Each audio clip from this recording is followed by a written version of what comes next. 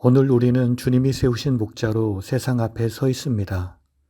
연약한 사람을 잘 돌보아 주어 그들이 주님을 볼 수 있도록 인도하며 주님 주신 힘과 능력을 얻을 수 있도록 우리를 세워주신 것입니다.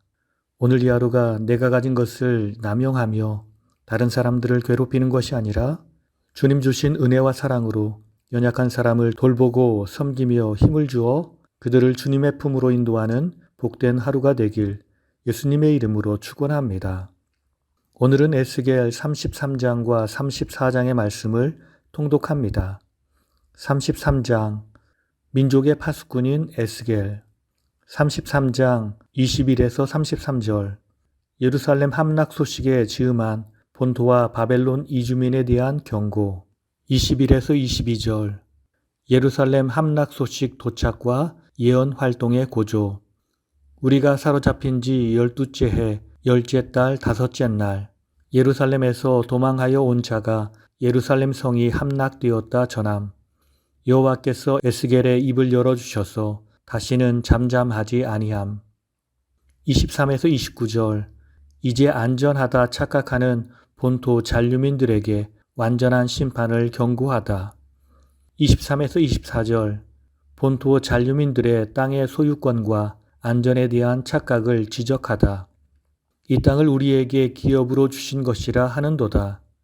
25에서 26절 우상 숭배나 악행을 하면서도 안전을 맹신하는 착각에 대한 책망.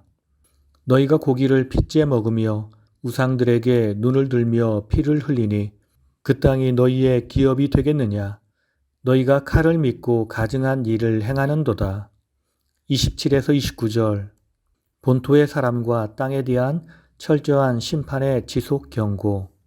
내가 나의 삶을 두고 맹세하노니 철저하게 심판하리라. 그 권능의 교만을 그치게 하리라. 이스라엘 산들이 황폐하여 지나갈 사람이 없으리라. 그때 내가 여호와인 줄 그들이 알리라. 30절에서 33절 표리부동한 바벨론 이주민들에 대한 여호와의 모든 심판 예언의 성취 경고. 30에서 31절 바벨론 이주민들의 표리부동한 신앙을 지적하다. 백성들이 내 말을 들으나 그대로 행하지 아니하는도다. 그 입으로는 사랑을 나타내어도 마음으로는 이익을 따름이라. 32에서 33절 바벨론 이주민들의 표리부동에 대한 비판. 백성들이 너를 순하고 어린 사람 취급하며 말에 순종하지 아니하였으나 그 말이 응할 때에 그들은 너를 선지자로 여기리라. 33장에서 39장 전체는 선민 회복 예언에 초점이 맞추어져 있지만 본격적인 회복 예언에 앞서 회개가 선행되어야 할 것과 회개하지 않는 자들에게는 회복의 은혜가 임하지 않고 오히려 심판이 임할 것을 경고하는 것입니다.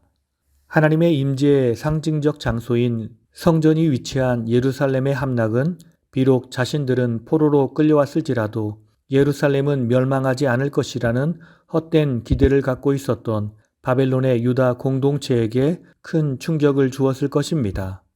사실 예루살렘의 멸망 소식이 바벨론의 에스겔에게 전해진 것은 예루살렘이 멸망한 후 1년 6개월이나 지난 시점이었습니다.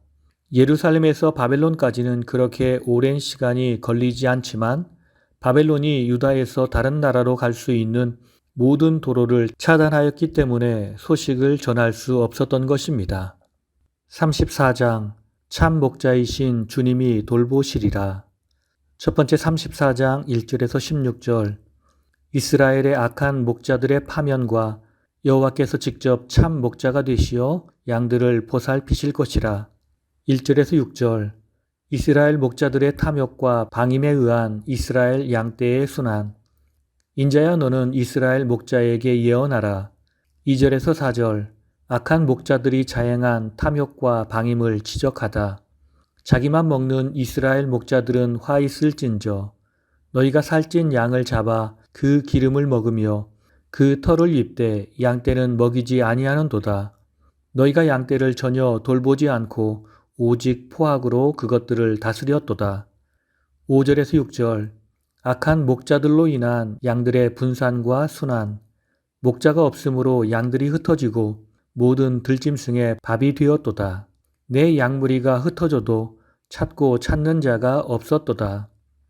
7절에서 10절 양떼들이 당하는 고통과 순환에 대한 목자들의 책임 추궁과 파면 선언. 7절에서 8절 악한 목자들을 향한 책임 추궁. 내 양떼가 노략거리가 되고 모든 들짐승의 밥이 된 것은 목자가 없기 때문이라.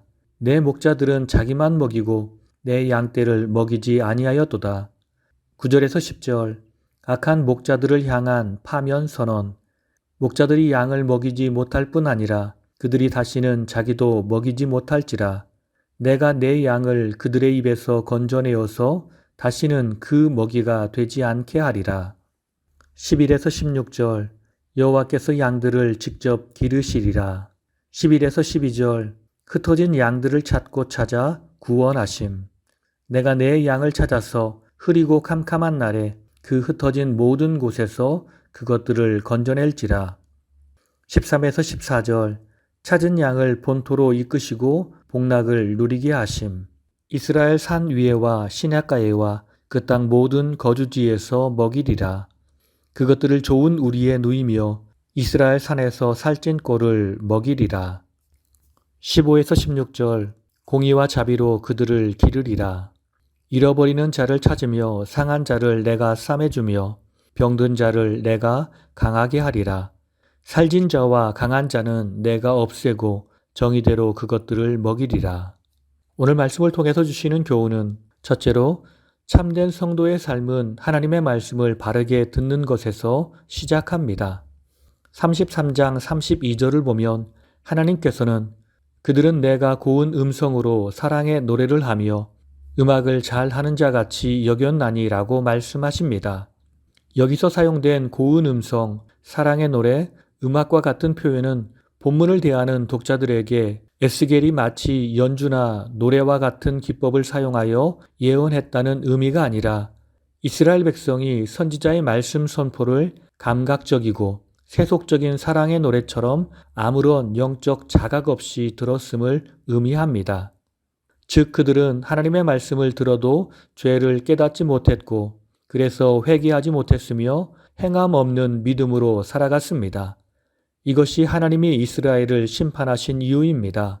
그러므로 우리는 하나님의 말씀을 두렵고 떨리는 마음으로 들어야 하며 들은 말씀을 실천하려는 의지를 가지고 들어야 합니다. 이것이 우리에게 말씀을 주시는 하나님의 뜻입니다. 그래야 말씀이 나를 변화시키고 주님 보시기에 합당한 모습으로 변화될 것입니다. 두 번째, 참된 목자라면 마땅히 자기 이익보다 양들의 유익을 먼저 구해야 합니다. 34장 1절에서 10절은 이스라엘 지도자들의 불의함을 지적하고 심판을 선포하는 내용입니다.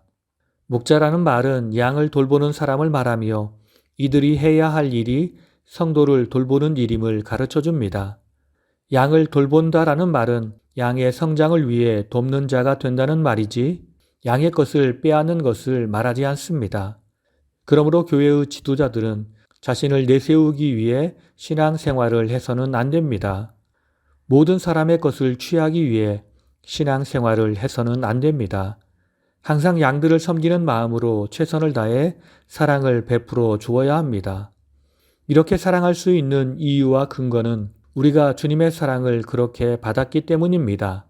주님의 사랑으로 채워지지 않으면 우리는 다른 사람을 사랑하며 섬길 수 없습니다. 주님은 진실로 우리를 사랑하셔서 우리에게 크신 사랑과 은총을 베풀어 주셨습니다. 우리는 그 사실을 기억하며 주님을 닮은 목자로서 나보다 약한 사람을 사랑하며 섬기며 세워주며 살아야 하겠습니다. 이것이 주님께서 내게 요구하시는 삶입니다. 다 함께 기도하시겠습니다. 항상 우리를 사랑하셔서 우리에게 말씀하시는 주님, 우리가 주님의 말씀을 바르게 듣길 원합니다. 주님이 원하시는 말씀의 의미를 잘 알고 그 말씀대로 살아가길 원합니다. 형식적으로나 습관적으로 듣는 것이 아니라 온 마음 다해 듣게 하시고 온 정성 다해 말씀대로 살아가도록 주여 나를 이끌어 주시옵소서. 주님께서 내게 은혜 주시고 직분을 주신 것은 나보다 연약한 사람을 섬기라고 주신 것이오니 우리가 그들을 섬김에 있어서 최선을 다하게 하시고 사랑하는 마음으로 내가 가진 것을 나누어 주며 섬기며 살게 하옵소서. 그래서 모든 사람이 주의 영광을 볼 수 있도록 우리의 삶을 이끌어 주시옵소서. 나를 사랑하시며 붙드시는 예수님의 이름으로 기도드립니다. 아멘.